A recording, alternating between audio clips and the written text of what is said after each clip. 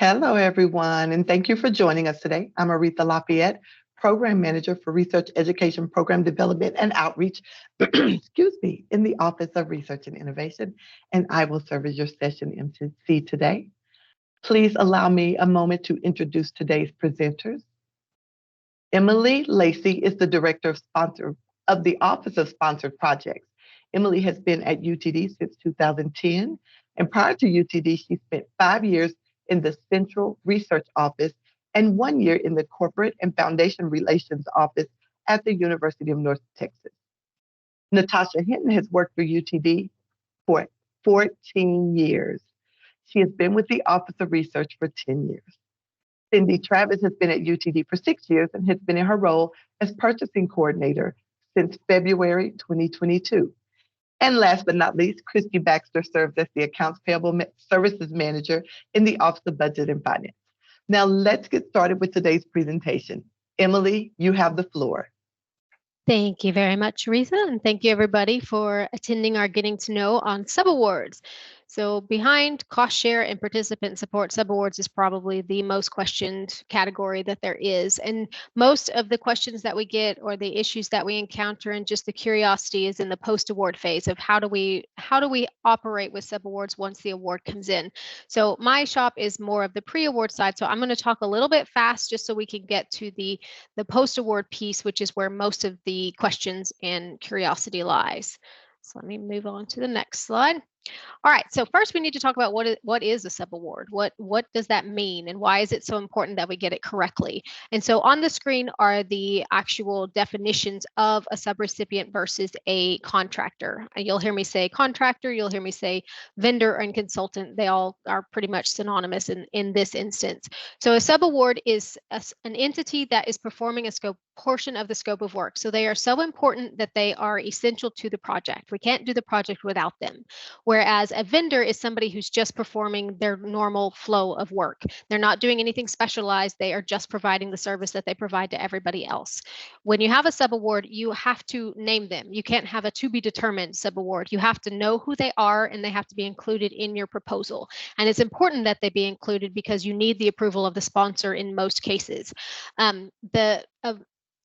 You have to provide certain documents with them, and there's a greater level of responsibility. The subawardees are held to the same terms and conditions that we are as the prime awardee, whereas vendors are not. They are simply providing a service. They're just a business doing their job, like FedEx. If you needed to ship some packages, you'd go to FedEx, but you could also go to UPS. You could go to the mail.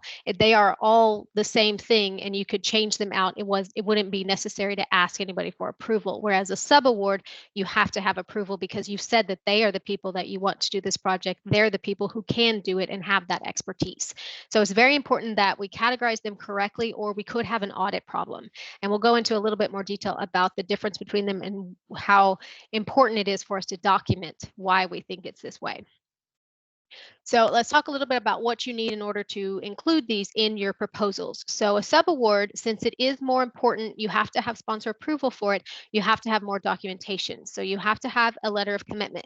That commitment is saying that they will be in the project and they give their permission to be included. It can't be signed by the PI. It needs to be signed by somebody who can bind the institution. So, and in this case, it would be me. I sign these for UT Dallas. We also have to have a scope of work. We need to know what they're doing, and the sponsor needs to understand what they're doing versus what we're doing, and why is it important that they do it. So it needs to be detailed. It shouldn't just be, I'm going to do whatever Professor so-and-so tells me to do. That is not helpful. The scope of work is incorporated into the subaward, and so it needs to be held up enough so that we can tell if somebody's doing what they were expected to do. It needs to talk about their task, their deliverables, the reporting, how much communication will they do, what will the end result be, are they going to be included in publications. It should detail all of that.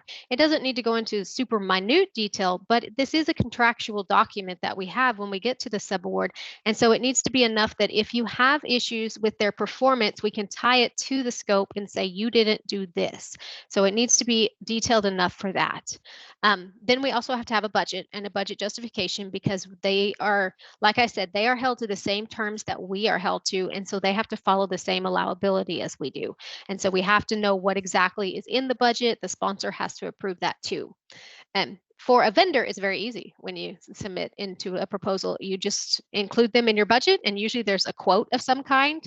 Like if you're purchasing equipment, you would have an equipment quote. If you were they were providing a service, they would give you, we'll do this amount for this amount, and that's all you need. A consultant would tell you, I'm going to work this many hours at this rate, and this is the scope of my responsibilities. You don't need anything beyond that, and you can swap out vendors as needed. You don't need sponsor approval for that. Whereas subawards, most of federal sponsors require you to have their approval before you can give money as a subaward. That's why it's important that we have these at the proposal stage so that we don't have to get the approval later, which can slow down your progress and your project in general. And this is also why it's really important that you give us enough notice when you're submitting your proposal. The subawards are one of the identifiers that make a proposal a complex proposal in my office. So that means that we have to have it 8 full business days before the deadline. That's our internal policy. Subawards ante that up because we are working with another institution that may have their own deadlines. Plus, you don't know how fast things move through their organization. So we need time to be able to do that. Now, if you'll notice on this screen, there are also two categories which are very different based on subaward and vendor, and it's the IDC. So IDC stands for indirect cost, and this is a very important factor to get right and for us to categorize it correctly because it impacts your budget greatly. For a subaward, our IDC rate agreement only allows us to charge IDC on the first $25,000 of each sub. So if you have a $200,000 subaward, we're only going to charge IDC on that first $25,000. Whereas if you're working with a vendor and it's $200,000, we're going to charge IDC on the full amount of that $200,000. And that's just the way the federal government has negotiated all of the rate agreements. And so you can see how if we incorrectly categorize a vendor as a subaward, there's going to be a lot of budgetary problems if they have to move out of that category into a vendor category. And now there's a lot more IDC that's on there. So it's really, really important that we understand what they're doing and that we've all had a conversation of what category they fit. Moving them around after the fact is very difficult and it's not really looked favorably upon by the sponsors. We need to do our due diligence at the front to make sure it's correct. And so yay, we got an award. That's exciting. Now what do we do? There are a couple of things that we have to do for audit reasons. We have to document a lot of things with subawards because they're considered an audit risk. There are many reasons for that, and mainly because another organization is performing things. And so the risk is higher because it's not us. We can't control them. Things are out of our hands. And so a couple of the things that we do when we first get a subaward is we have to do a risk assessment. And this is just to see, is this subawardee going to know what to do? Are they experienced at federal awards? Have they had audits? Did they pass those audits? Do they have a conflict of interest policy? Do they have the structure in place? And so that's what the risk assessment is where we evaluate them to make sure that everything is good. We'll also look at our past history with them because that can lower a risk if we have a good history with them. We do document that and it's saved in the file, and that's what we provide to auditors. The higher the score, the higher the monitoring. If they get a higher score, we'll have to do a little bit more monitoring just to make sure that everything is good. And we want to show that we are staying on top of it and we're monitoring the situation. The next one is the sub versus contractor determination. And that's that first page that I showed where it was the difference between a subaward and a contractor. We actually have to have a form stating how we determine that and what made us make that determination. And so that's a form that we use as well. Once we get those done and we haven't found any problems, then we can move on to actually doing the subaward agreement.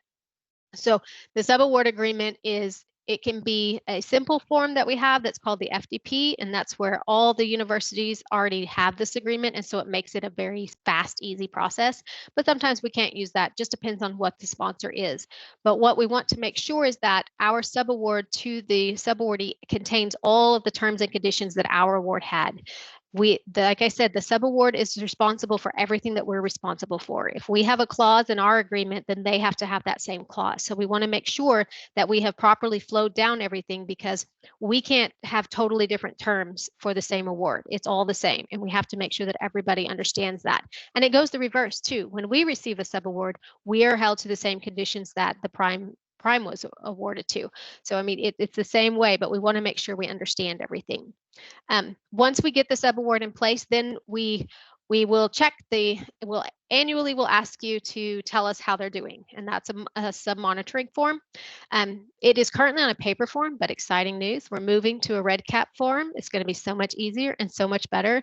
We're going to have it route to the PI, but also to the department, because there's some different roles and responsibilities that we'll talk about in just a moment. But this form just says that they are performing as expected, that they're doing what you wanted them to do. They're meeting all of the technical pieces that they're supposed to. They haven't disappeared. They're communicating, that their expenses are fairly what you thought they would be, and everything is basically going well. If there's any issues, we really need to know about it as soon as possible. The continuing assessment is if they are a high risk. When we did the risk assessment, if they were considered high risk, or if they're foreign, then they're automatically considered high risk. And so we do a continuing assessment just to see if there's anything we need to check on. And so for foreign, one of the things that is challenging with a foreign is, depending upon where they are, there may be things out of their control, like, is their government stable? Are they in the middle of a war? Those are things that we have to consider, and that may influence our ability to give them a subaward. And then the closeout. We have a closeout process that we do to make sure that everything has been received. We've received all that we need in order to meet our obligations to the prime awardee, and just to finally close it out and close the door on it, move on. So we have an amazing subaward team. I cannot speak highly enough of Adriana Coronado and Dina Garza, who are the dream team when it comes to subawards. They are the ones who monitor the subawards at utdallas.edu email, and so they're the ones who answer those.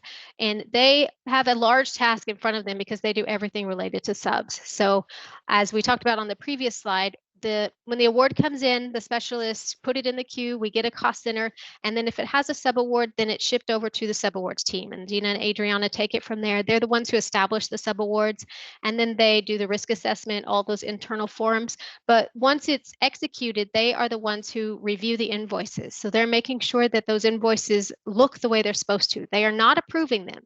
They are only reviewing them. It's an extra set of eyes so that we can hopefully catch any issues. So they're looking at the allowability of it. They're looking at the period of performance. They're making sure that they're not skipping some invoices, sending duplicate invoices, or that the budget just doesn't match what they said they were going to do, or maybe they've added something that isn't even allowable.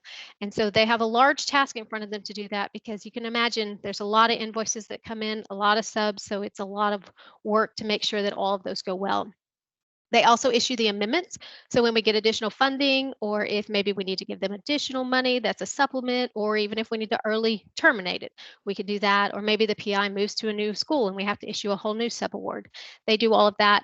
They also do the subaward monitoring, like we talked about with the red cap form that's coming. They're the ones who do that, and the closeout certification. They make sure that that is completed and that everything is finalized for the subaward.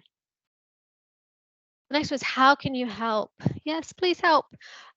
This one tells the difference between what is the departmental versus the faculty role.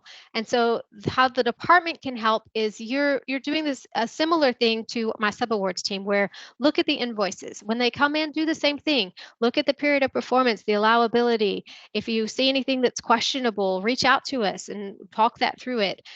The best option would be to create a tracking spreadsheet, because that is the easiest way to keep up. You'll see patterns, and you'll see if they're missing one, or maybe if the dates are overlapping, things like that. But we want the department to also be doing this, because the more eyes on this, the more likely we can catch issues, because there's so many things you're looking for that it's very easy to just not see some things. And so the more people that we have reviewing it and looking for anything that's out of the ordinary, the better off we all are. The other thing is, the PI has to approve the invoice. They have to have that approval.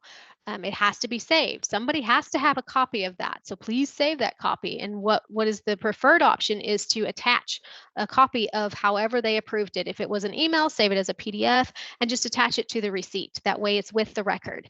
This is a requirement. It's a federal requirement that the PI has to approve it, and it can't be delegated. The PI is the one who has to do it. Nobody else can do it for them. And so we have to have that approval. And it's very, very important that we have that prior to payment as well. And the other thing that we are encountering is, make sure that when when you get an invoice, that when you submit your receipt, it's not for the entirety of the PO. We do not want to pay the entire PO off of one invoice. We need to pay the invoice as it comes in, just that invoice. We don't want to inadvertently pay the whole amount because they may not even spend the whole amount. And then we have an issue where we have too much has been sent out. And so there should only be a receipt per each invoice, and that should only be happening once the PI has approved it. So those are the main ways that we would like some help from the departments. And then from the faculty, make sure you approve the invoices timely, but don't just look at them. It's in my queue. Okay, it's approved, whatever. Look at it. You need to make sure, because while we can look at the technicalities of it, of yes, this is in the period of performance, yes, this matches the budget, you know, if they were supposed to have those costs on there. Like maybe you're doing a project and they have, I don't know, imaging costs, and you're like, well, there's no imaging in our project. Why are we being charged that? We wouldn't know that, but you would know that. And so, and the people, you may know certain people should be on the project, and if you've never seen those people on the invoice, then we may have an issue. And so you are the ones who needs to have ultimate responsibility of what is on that and verifying that the information is accurate. But we're all a team working together with this many people looking at it. Hopefully we've got a good process in place. But also regularly monitor the technical activities. Make sure that they're doing what you need them to do in the time you need it to do, because you are the one who's going to be submitting the reports to the sponsor, and you're going to be dependent upon them to give you that information. So it's really important that you have it and that you save a record of that, because if we get into an audit, we have to prove that you were doing that. And the only way we can prove that is if you actually keep a record of it. And then if there are any concerns whatsoever, just reach out to the subawards team. If you feel like they're maybe not doing what they're supposed to, or you've heard rumors that they might be leaving, then we need to have a conversation with them about maybe ending the subaward early. Or if you have any questions just in general, just reach out to us. We would rather have questions early than have to deal with it after the fact. It's really hard to correct things when things have already gone off the rails. So those are the best ways that we would like you to help us. And with that, I'm going to turn it over to Natasha.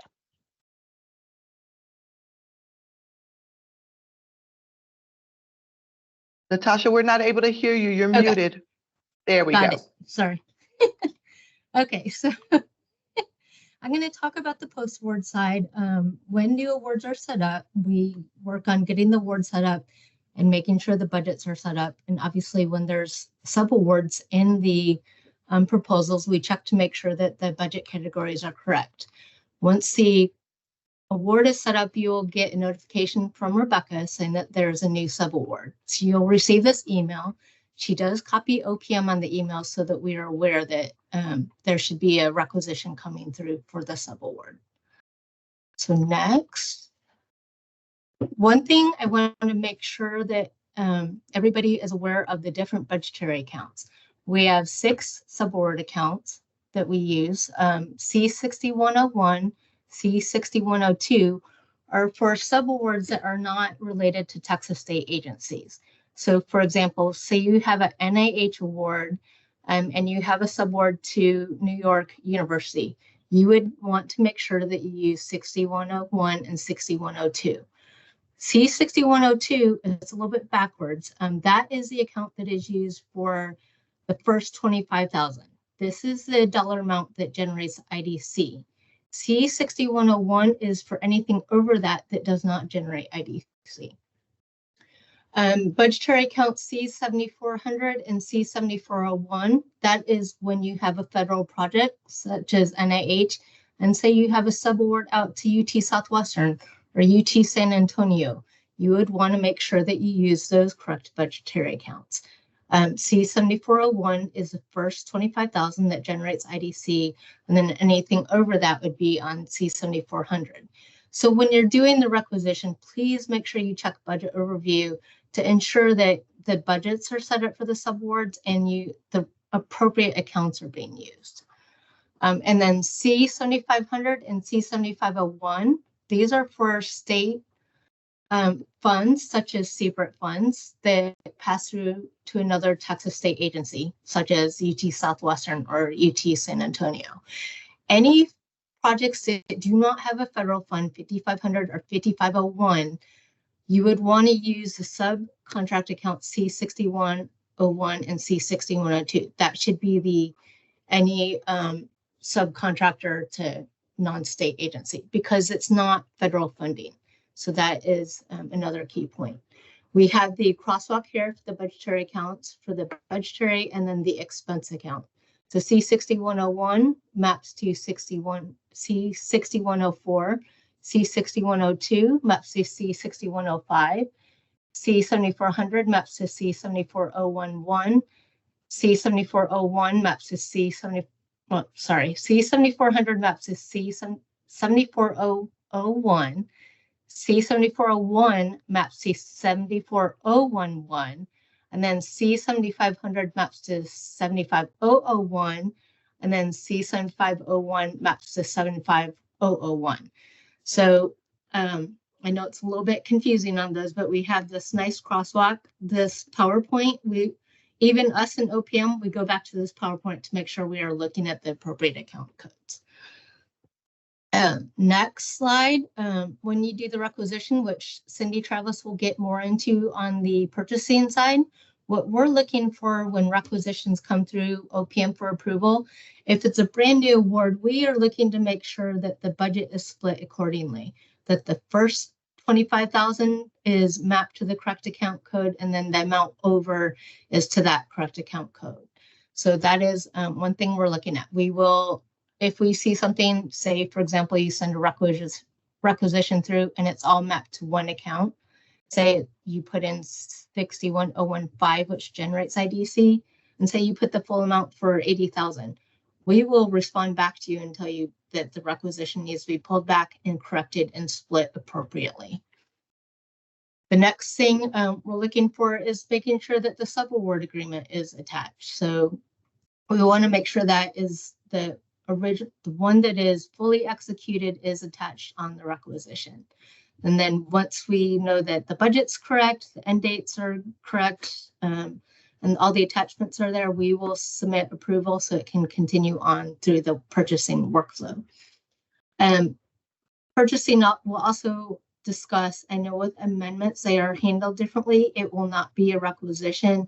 It will be when Rebecca sends an email out that there's an amendment to a subaward, there will be an email approval that OPM will give approval on. So I know Cindy will discuss more on that. So that is the main things that we're looking for. The other thing, if you notice on your budget reviews and you're reviewing your subcontracts, if you notice any issues with the budgets or something looks weird with the encumbrances or something that you're not sure on, you can always email OPM to have us, OPM and subwards and purchasing.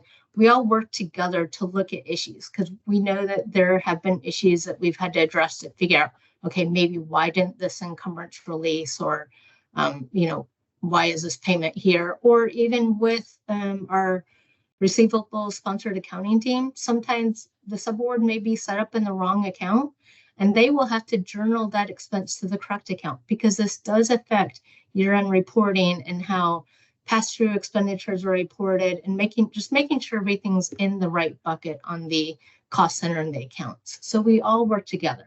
So a lot of times after I reviewed something, I will pull in the purchasing, the subaward team, AP, even ePro admin to say, okay, I've noticed this, what do they see on their end? So we can find a solution to fix it. But like Emily said in the beginning of her part, we're trying to work together to avoid certain things so we can minimize the amount of errors in the system and corrections that need to be made. So that completes the OPM side. I am going to, the last slide, if you have any for invoices and any questions on monitoring, that's handled by AP. And then, departments are responsible for monitoring the progress of the subawards. So now I will turn it over to Cindy Travis.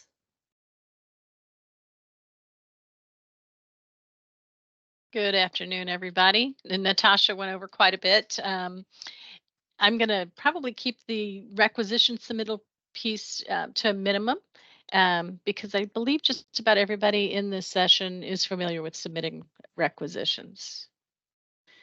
So the first thing you want to do on submitting a requisition is you want to confirm your supplier status in ePro. You want to make sure that you're using the correct supplier. There are situations where suppliers might have multiple fulfillment areas. If you have any questions on the supplier information and details, you would want to reach out to the vendor team for questions. When you're ready to submit, once you determine if your supplier is active in ePro, if there needs to be any type of supplier change, and again, those questions you'd want to direct to the vendor team, you can go ahead and submit your PaymentWorks invitation without the requisition attached. Subawards are the one PaymentWorks invitation that we do move forward in the workflow approval step as you're preparing to set up your subaward. Just keep in mind that if you submit a PaymentWorks invitation without an associated requisition attached, then later on you submit a new vendor needed requisition, the vendor team has no way of finding that new vendor needed requisition. So if you choose to submit your PaymentWorks to get that process moving forward, you would then need to wait until your supplier is set up and ready to use before submitting your requisition. So you'll go ahead and create your requisition, the normal requisition process. You'll attach your executed subaward agreement with required signatures. Natasha went over the account codes. If you're not sure if the account codes, I'm sure you could reach out to Natasha's team and they would be able to help you with that. You can make splits by amount, which Natasha went over in her presentation with multiple lines for the different account codes. Just keep in mind invoicing happens in the order that your accounting lines are entered. So be sure to enter the first account code to be expensed first as they're invoiced in the rows.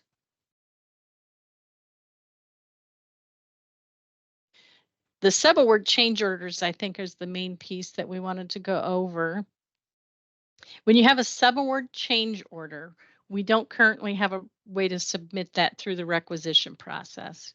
So the current process is for the department requester to gather everything together.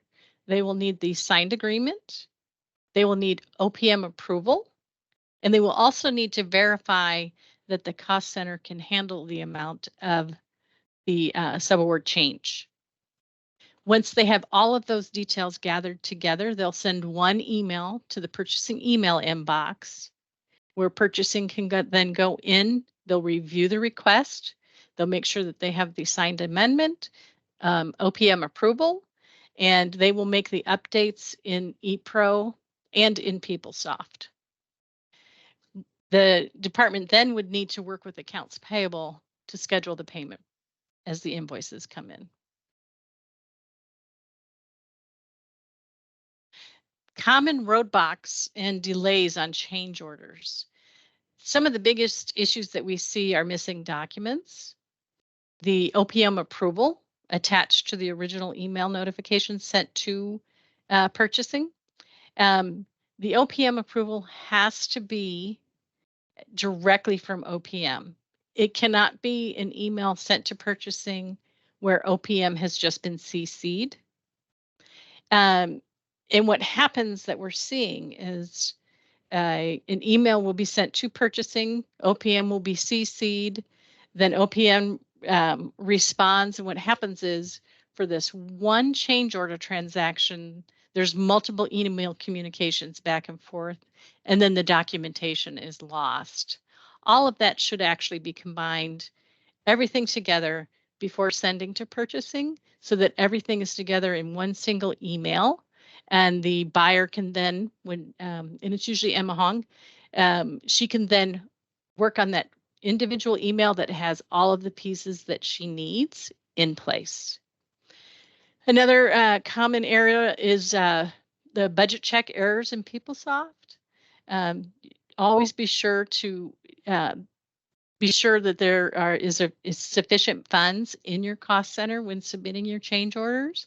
A lot of times Emma will go and she'll work on making the changes, and then when she does the budget check, it won't clear. So please be sure to make sure that the funds are available when you're submitting your change orders.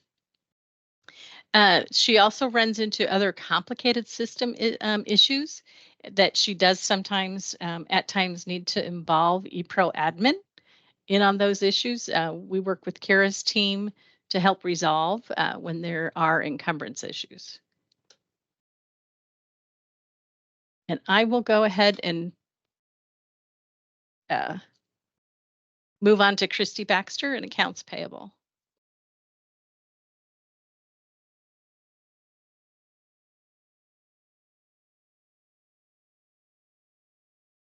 Hi, everybody. Hopefully y'all can see my screen okay. Appreciate you joining us today.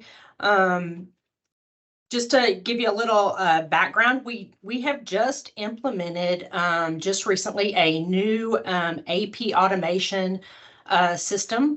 And so I think it's going to help everybody out in the long run. So now we have a workflow system where where subawards will approve the invoice, and then it will go on to the next stage. So let me just share with you how all of this is going to work. So this is kind of a summary of what a subaward invoice will go through during workflow. So we will get the invoice in our AP email box, and we will upload it to ePro, and it goes into a system called what we call digital capture. Then myself and my AP team, we review them and make sure the invoices are correct, make sure they're pointing to the correct line, and make sure that amount is correct. We will then approve it, and then it will go over, the workflow goes over to the subaward team. They approve it. And then it goes over to the department. The PI has to approve it, approve the invoice and complete the receipt. Once that's done, the receipt or the invoice is sent over to PeopleSoft and is scheduled for payment. Sorry about that. Okay, so this is kind of what this looks like. So this is ones that are this means it's sitting in grant and subaward approval. So we've already done our process, and this is what it's going to look like for the end user and for everybody on this on the PO.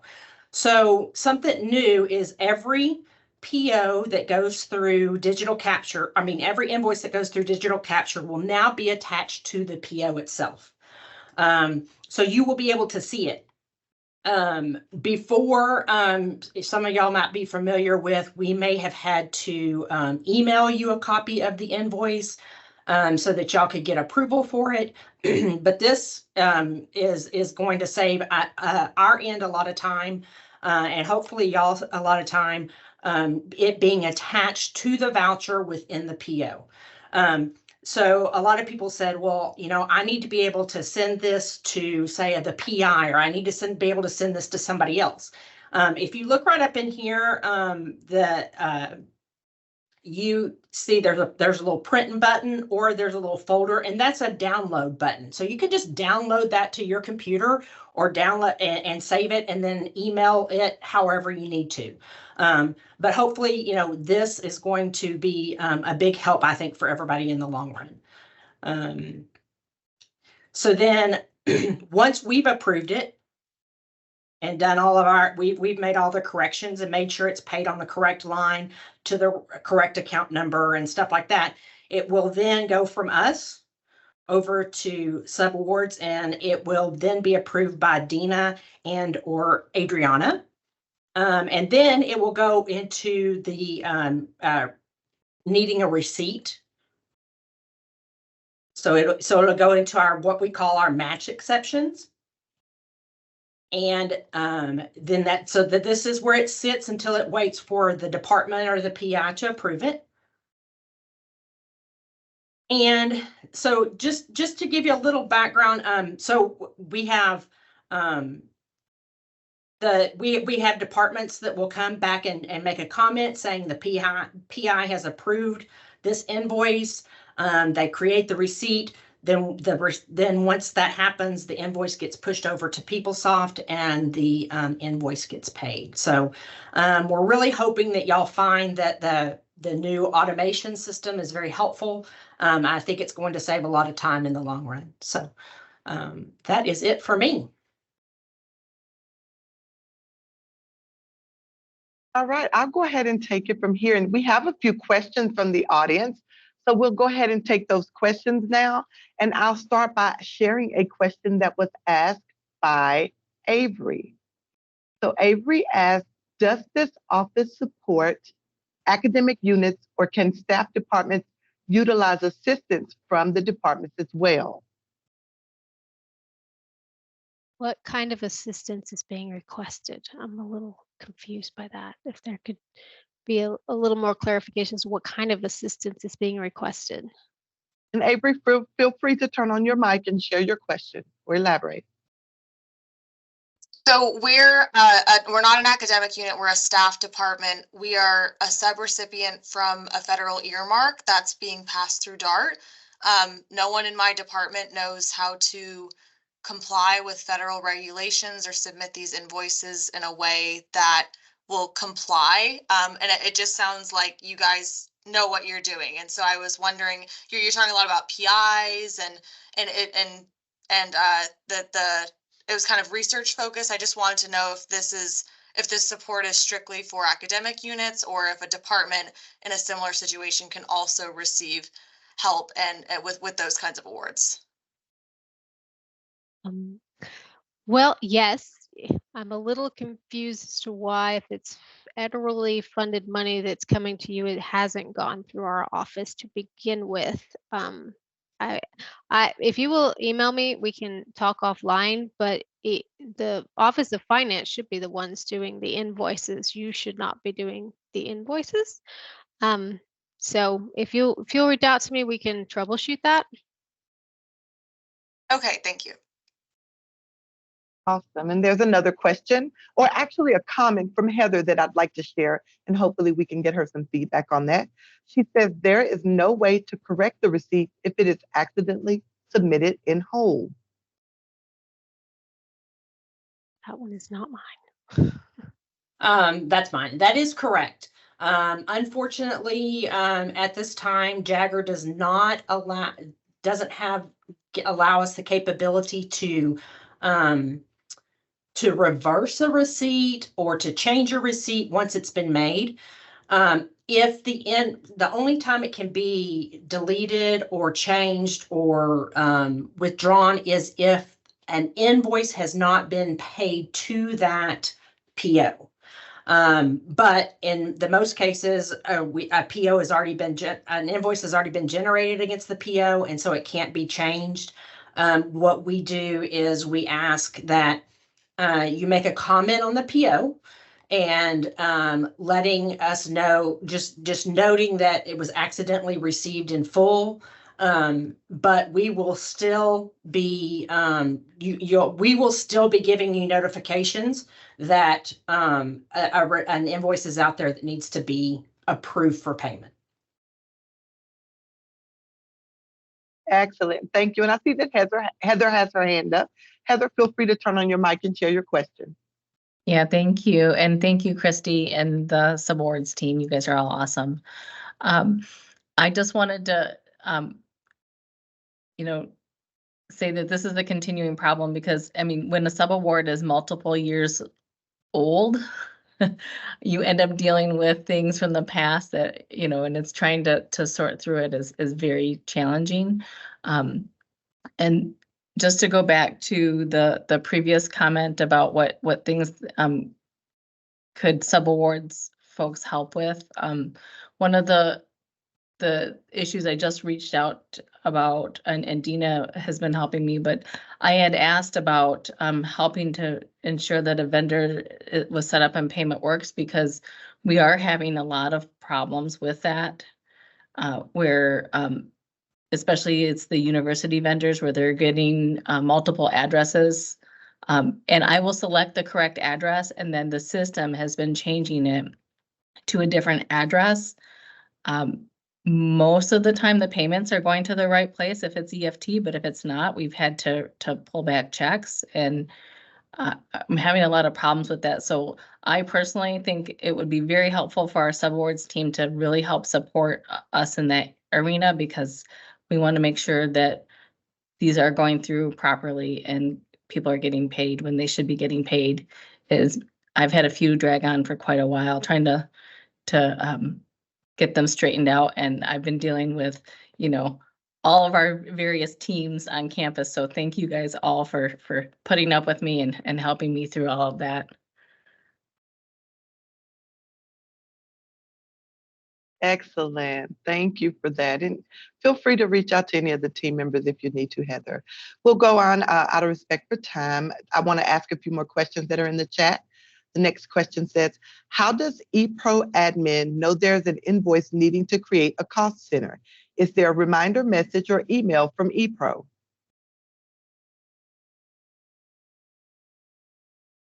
Yeah, that shouldn't have changed. When a invoice needs to be receipted, notifications are sent through ePro that a receipt needs to be made. To my knowledge, that hasn't changed, and it's my understanding that I think a email goes out 3 different times. I think I'll double check and let everybody know for sure. But I know that some people have said that they're no longer getting the notifications. And we'll just need to check on that. I will check with Kira Detweiler and her team to find out why those notifications you might not be getting them. I know some people have the ability to turn those off. So, and they may have gotten turned off and we don't know it. So I'll work, if you will send me an email directly to me, baxterc@utdallas.edu. I will definitely get with Kira and her team and see if we can look at the different profiles set up in ePro to make sure that those notifications get sent out. Great. Thank you for that info, Christy. Mm-hmm. And now another question from a different Christy. Will we receive an automated notification that invoices are pending receipt recreation? Yes, that is my understanding, that you're supposed to get those notifications. Again, if we're having if everybody's having trouble with that, then I will check with, like I said, with Kira and their team to see if we can figure out maybe if something has gotten changed or switched or turned off. But I will definitely put in that question to them shortly after this meeting is over with. Okay, great. And it looks like the next question relates to notifications as well. Thank you. I didn't realize, I'm still learning, so I didn't realize that question was in the same category. But if there are any more questions, I'm kind of just perusing through the chat. I don't see any more questions. If you have any more questions, I'll give it a second for you to ask those. We still have a few minutes. And we do have a couple of questions that came in previously. Oh, Heather, go ahead. I'll wait for your question. I just wanted to know, I know for, we get an email telling us that we can go ahead and issue the subaward, but then we're supposed, when we get a revision, we also get an email that says we can go ahead with the revision, but then we're supposed to, I've tried forwarding that email to purchasing so that I could have the revision implemented, and they still needed approval from OPM. I'm just trying to understand like why that is, and if there's some way we can like streamline this process so that there's a form or there's something that we can just forward to make it easier. I don't know. Does anyone have any thoughts on that? So from like Cindy had mentioned in the presentation, when there are amendments, you do need to get OPM approval. That was an auditing issue. So it ensures that we have looked at it to make sure that when the amendments are processed, that we've given approval for it to be, the PO to be amended. So it's in this, and we budget checked to make sure the budget's there. Okay, so can maybe, I'm just wondering if the process can change so that it goes from OSP to OPM to the department? Instead of to the department to collect everything, then back to OPM, because I've been guilty of the multiple email thing where I'm like, oh, let me CC everybody so we can get this done. And then if somebody has a question, there's a bunch of back and forth. So I'm just wondering how we can streamline this to make it more efficient and effective for everyone.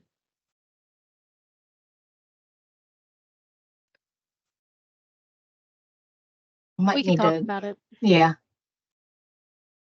We'll talk about it. On our areas.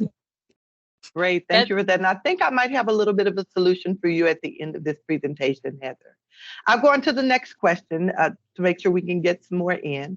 If a faculty member is out of town or does not answer approval email requests, are we to create a receipt anyway?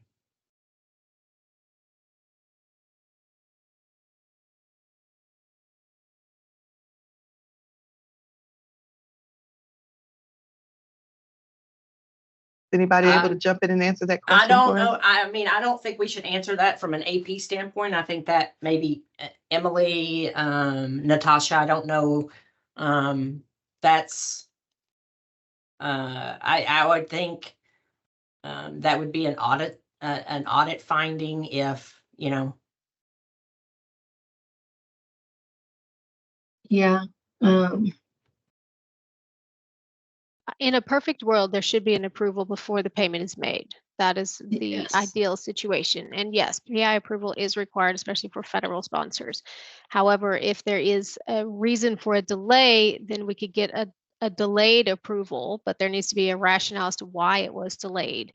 And then we can use that. But there should be some sort of approval in the stream. And I mean, if it can't follow the preferred path, then there needs to be a reason why it didn't follow that path.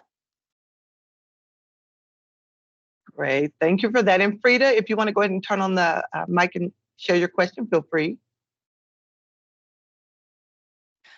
Yes, it's not really a question, but I just want to share with AP team. In a previous and the notification we received, most of the time it's from the individual accounts payable representative and send out the email and reminding us there's a pending invoice needing to create the cost receipt. But myself, I don't know if anyone from here, however, myself, I never really received like a automatic message or the email sending directly from ePro. It's always the AP representative and send an email, let me know there's an invoice.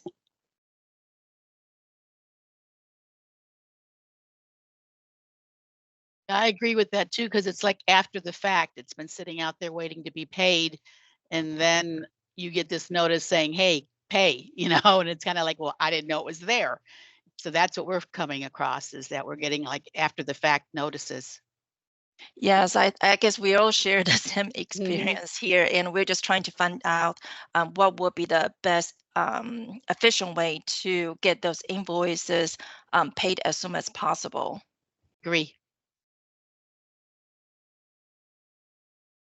I appreciate y'all sharing those concerns and letting us know. And again, I will reach out and see what see if there's something amiss in the system or what we can do if we can get that corrected. Just on a side note, I know that AP has been short-staffed, and so we have gotten a little bit behind here and there, and then we're just, you know, when I go, I'm personally going through all the ones that haven't had receipts made to them and sending out notifications asking that a receipt be made. So, but yes, I will definitely check on that for you. Great, thank you, Christy. And our last question, what if we notice an invoice is not being paid? Who do we contact? Anybody on this call? If an invoice hasn't been paid, any kind of invoice, please reach out. Just send a question to accounts payable utdallas.edu, or please feel free to personally reach out to me, Christy Baxter and or Carol Miller. We'll be happy to help you guys. Great. Thank you very much. Now, for those of you who still have some questions, I hope we have a solution for you.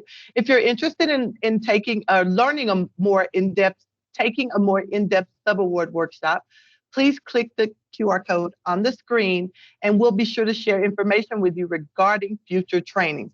We would love to know if any of you are interested in taking and getting some more in-depth training. The team is working together to pull those trainings together, and we'd love to offer those to you. If you'll share your information there, we'll gladly make sure you get the training information. I'll leave that on the screen a few minutes. If you're unable to scan the QR code, I did put the link at the bottom to help you as well. We'll leave that up there for a few seconds and give you a chance to get that code, get your phone and scan that code. All right. And if you need that code, feel free to reach out to me. I'll be glad to share it with you by email. Okay. Now, I definitely want to take time to thank you, Emily, Natasha, Cindy, and Christy, for presenting to us today. We appreciate you all for working together to pull this valuable information together and sharing it with us. Audience, we thank you as well, not only for your participation, but for your questions. Keep up with what's happening in the Office of Research and Innovation programs by following us on social media and subscribing to our newsletter. I did drop some information in the chat to help you with that. And please know that we really value your feedback. So we ask that you take a moment to scan the QR code on the screen and complete a survey for us. We'll leave that there for just a few moments. Thank you, Shelby, for joining us. We appreciate it.